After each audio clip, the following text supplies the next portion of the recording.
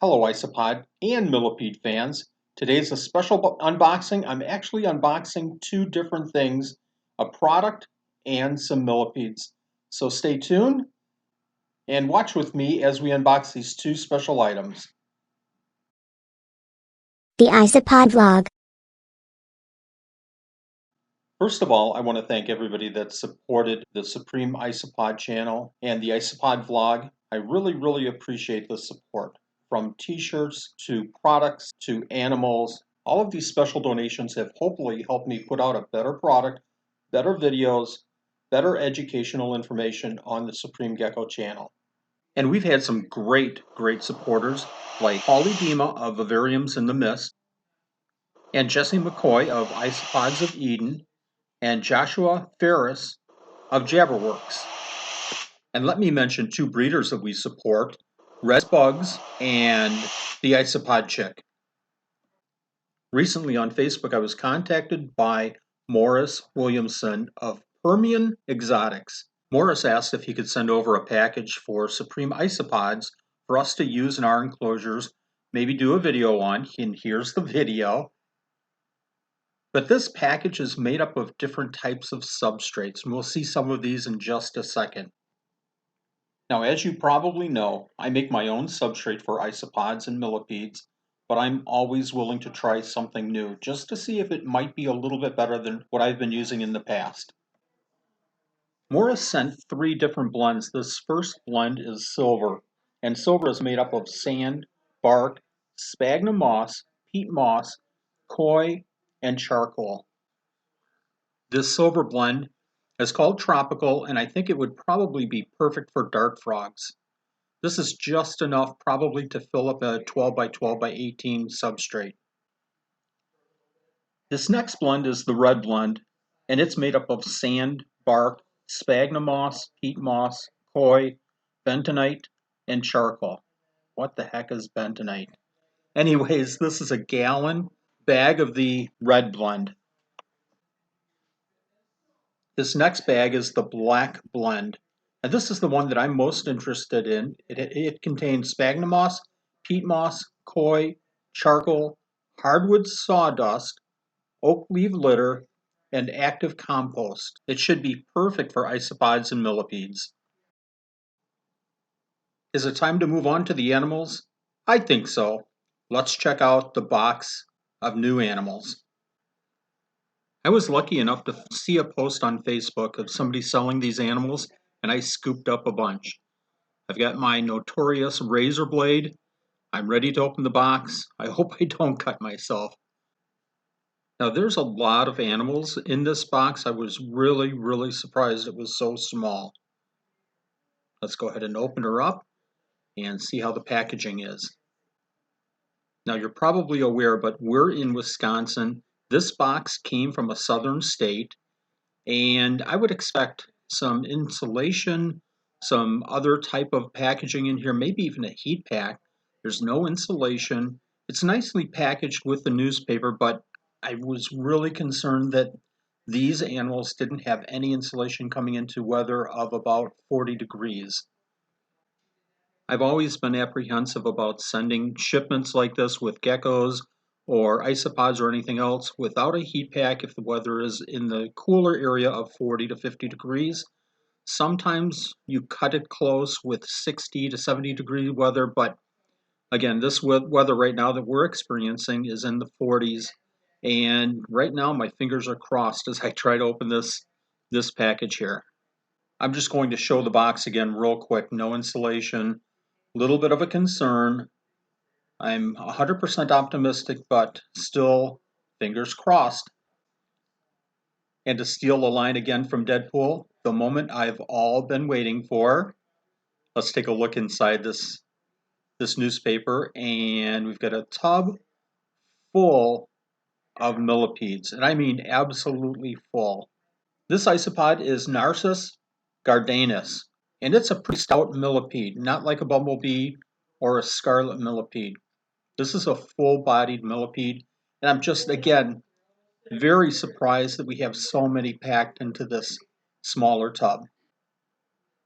I'm going to make a very smart decision here. And I'm going to run over and grab a small empty tub that I can put these millipedes in. There's just so many. I don't want to open this container and leave them falling on the table here. Again, this is Narceus, gordanus, and if I'm pronouncing that incorrectly, somebody please correct me. This is the Smokey Oak Millipede, and again, it's a bigger millipede, and I'm still amazed that they're all in this tub.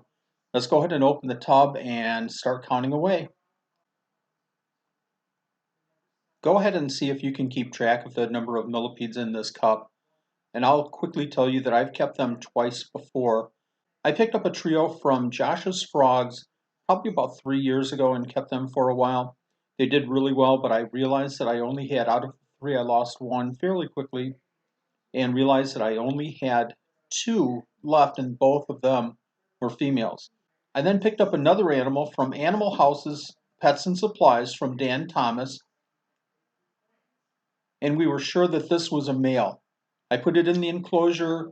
The millipedes are doing well, and just recently, within the last 2 weeks or so, I noticed some babies in the tub, so I'm very, very excited about that.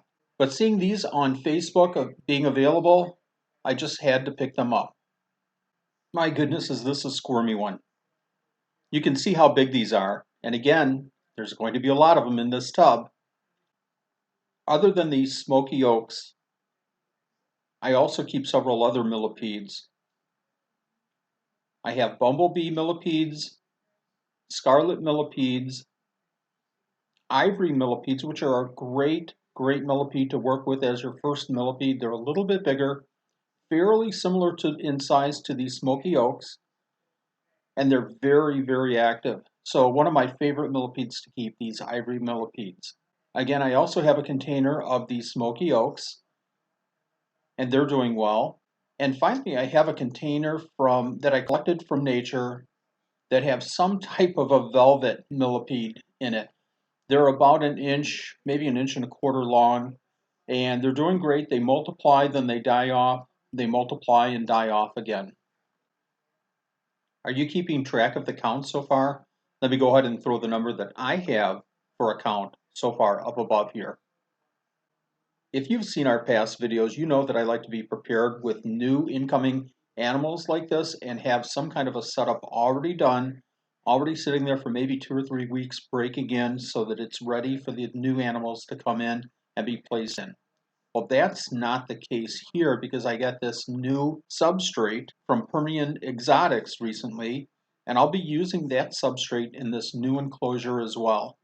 So, what did you get for your count? Let me throw the count that I came up with right here, and you can compare it to your count. But again, this is a lot of millipedes in this small cup. They're all okay, but again, I was very concerned. At this point in the video, I wanted to show the new mix from Permian Exotics, but unfortunately, my camera ran out of batteries, and I lost some video of opening the bag and showing the mix. I do want to say though, that mix is absolutely perfect. It's a great blend of all the materials, the oak leaves in it. Everything seems to be just a perfect blend. So I took the mix from Permian Exotics, I added some dirt to it. I really like to have some dirt in this mix. And I put the whole mixture to the depth of about the length of the millipedes. I also mixed into the soil, the substrate, some dead leaves, some oak leaves, and I think that that will add a real nice base for this substrate. We have the sphagnum moss on the far left, and I'm going to go ahead and add some decaying wood and some additional leaves to this enclosure for these millipedes.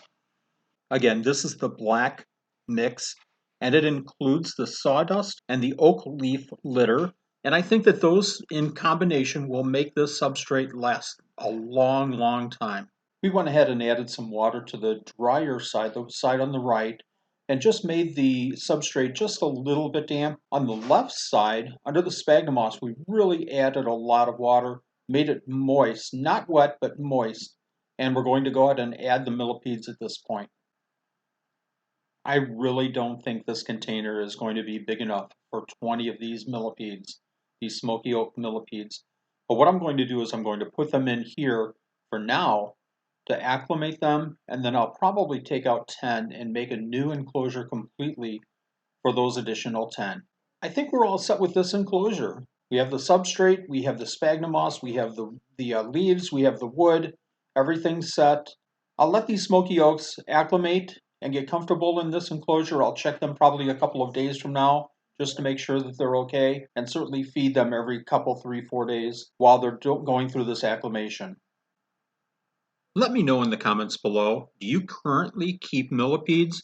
If you do, what's your favorite millipede? If you don't keep millipedes, let me know if this video convinced you to keep millipedes, and if not, let me know why.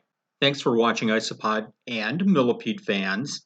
If you liked the video, hit the like button. If you haven't already subscribed, make sure that you subscribe and hit that notification bell all so you don't miss another video. Thanks again.